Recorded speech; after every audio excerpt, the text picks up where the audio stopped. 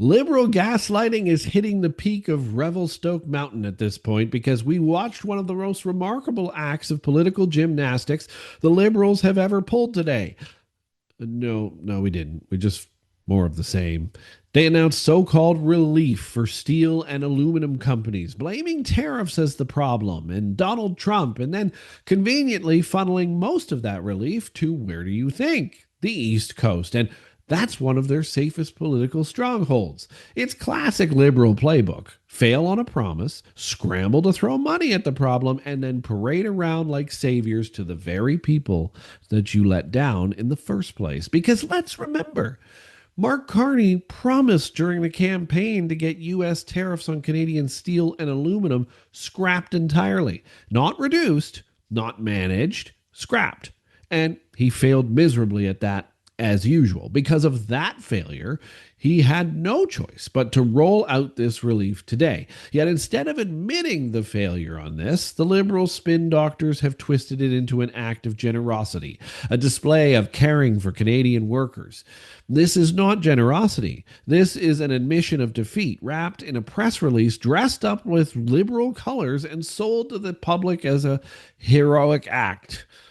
And the worst part, though, of all of this is it's not the first time at all. It's becoming a massive pattern. In fact, let's walk through some of the greatest hits of Carney's failures turned into false heroics. Let's go. Welcome to Bakes on Things. The leadership campaign, we will be eliminating the Canada fuel charge, the consumer fuel charge, immediately. And we will be ensuring that those Canadians who have received rebates will continue to receive a rebate in the next quarter. The next payment is before the end of April. This will make a difference to hard-pressed Canadians. Welcome back to Bakes on Things. I'm Chris Baker. Don't forget to like, subscribe, hype now this video, and share your thoughts and join the conversation down below. Carney spent months telling Canadians the carbon tax was untouchable. It was the backbone of their climate policy, the holy grail of liberal environmentalism.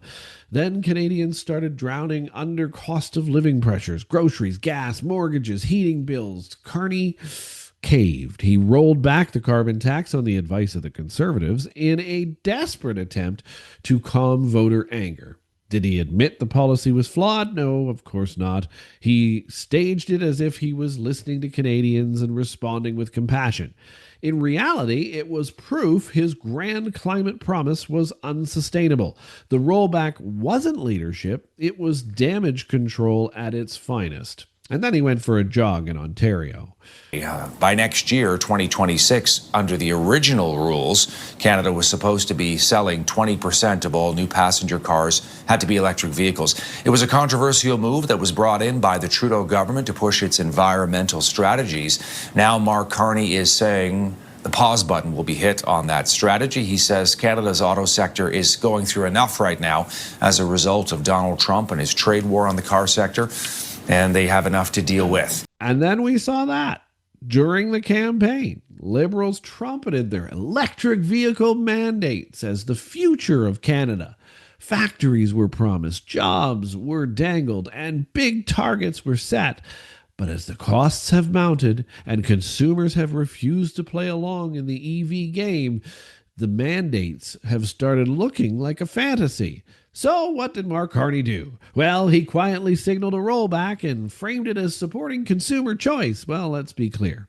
It wasn't about choice. It was about failure. And by the way, this rollback for 2026 is likely a full rollback, a policy collapse that was too embarrassing to admit. So it got prepackaged as a temporary rollback and as liberal flexibility for companies and people of this country alike. You're a hero, Mark. We are looking for the best deal for Canada. We're only going to accept the best deal for Canada. That is very much informed by our discussions. We understand as well that we all understand that the global trade environment is changing. And there are some countries that are pulling back, that are restricting market access. But there's even more countries that are opening up. There's one thing President Trump understands, is strength. He doesn't understand or appreciate weakness.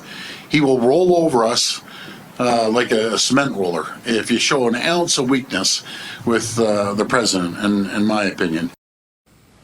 CARNEY attending a First Minister's meeting in Halliburton. This morning, Premiers Danielle Smith, Doug Ford, and Scott Moe all signing an agreement to accelerate the creation of energy infrastructure. They say that all oil traveling into Ontario either has to cross through the United States or come from overseas. They're now calling for a new pipeline connecting Ontario to Alberta, but also expanded access to the Northwestern Corridor in British Columbia.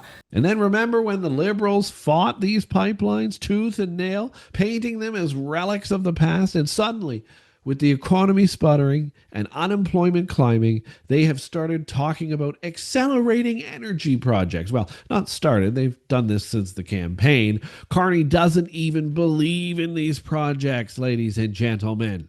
He said so repeatedly, hundreds of times, but with votes at risk now, he puts on the hard hat, cuts the ribbon, pretends he's pro-development in this country. The Liberals have always hated pipelines, but their spin is masterful here.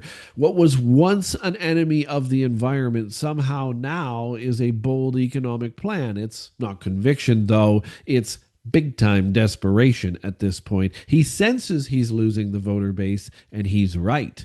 My government will provide $25 billion, I'll repeat, $25 billion in financing to scale the industry up massively, to create high-paying jobs, high-skilled jobs, up and down the supply chain, in prefabricated and modular housing factories like this one, in innovative housing research, such as at the UBC Smart Structures, which I visited just in February, and in our world-class forestry industry.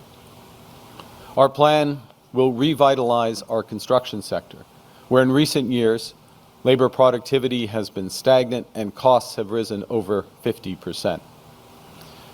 Prefabricated and modular housing will catalyze a productivity boom, while creating tens of thousands of not just jobs, but tens of thousands of new high-paying careers in the skilled trades. And then Carney promised during his campaign to get housing supply under control, didn't he, with those prefab houses to end the crisis once and for all. What happened instead, though? Prices went up, supply has stayed locked, and Canadians have been squeezed harder than ever. So the Liberals did what they always do. They will announce relief programs, we think, in the coming weeks. A tax credit here, a rent subsidy there, little band-aids that don't solve anything, but are created as flashy headlines. Then they spin these patches as if they're tackling affordability head on, when really it's an admission that their promise was a lie. And expect a lot more of this as Parliament begins starting next Monday. Canada unexpectedly shed more than 65,000 jobs last month, and the unemployment rate jumped to 7.1%. Let's get more from Brendan Bernard, a senior economist at the recruitment firm Indeed. Brendan, thanks very much for joining us. It looks like our labour market is distinctly or definitely softening. Yeah, that's right. And this isn't the first weak jobs report we've had in 2025. In fact, July's was pretty rough as well. But what the previous week numbers, they tended to follow strong numbers. So the job numbers have been quite volatile. And so the trend actually had held steady. And heading into this month, the July 6.9 unemployment rate, it actually stood where it was in November. This month, though, we saw the dam break a little bit. We saw the largest job losses of the year, mostly part-time, but that unemployment rate rising above 7% to 7.1%, a clear sign that the labor market really has run out of gas.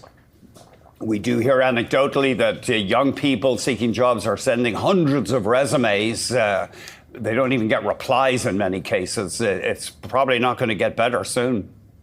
Yeah, and that's a trend that's actually been building for a while. So youth weren't really the source of the weakness in the August job numbers, but we've seen over the past 2 years, 3 years or so that just the youth employment situation has really deteriorated. And part of that is just kind of youth are more cyclically sensitive to the ups and downs in employer hiring appetite than other groups. And so that's nothing new in today's report, the ongoing challenges among youth. But these August job numbers, they were driven by the core age group, 25 to 54-year-olds. We saw a special drop, a particular drop in self-employment this past month, but also weaknesses in private and public sector, and also weaknesses in the trade-exposed areas of the economy. So manufacturing, transportation, natural resources, all posting declines. Along with a few other areas. Just a difficult number, and one highlighting how we've got both this trade shock hitting the economy, but also just ongoing lingering challenges that brought the unemployment rate up even heading into 2025. And then there's this jobs report. This one cuts deep, folks. Canada lost 66,000 jobs in August. Unemployment rose to 7.2%. They campaigned as the economist geniuses who would grow the economy, create stability, and restore confidence. Instead, jobs are evaporating. The Liberal solution, of course, announced temporary relief for certain industries, targeted tax breaks, and wage subsidies. That's all going to come out again. Policies designed to make it look like they're protecting workers. But the only reason relief is needed is because CARNEY failed to protect jobs in the first place. And yet again, they spin collapse as compassion. Look for more relief projects to be proposed as Parliament gets started. So what do these examples actually show us? Well, it shows us that the Liberals govern not with principle, but with theater. They break a promise, fail at a policy, and then instead of admitting defeat, they hand out temporary relief and market it as heroism. Steel and aluminum relief today is just the latest in a long line of this bait and switch politics that they constantly play. And just wait until Parliament starts. It's not about solving problems for the Liberals, it's about managing headlines and polls. And Canadians deserve to know the truth here. Relief payments, tax credits, subsidies, these are not gifts to anyone. They are not acts of generosity. They are making you owe the government. They are confessions of failure spun into campaign ads.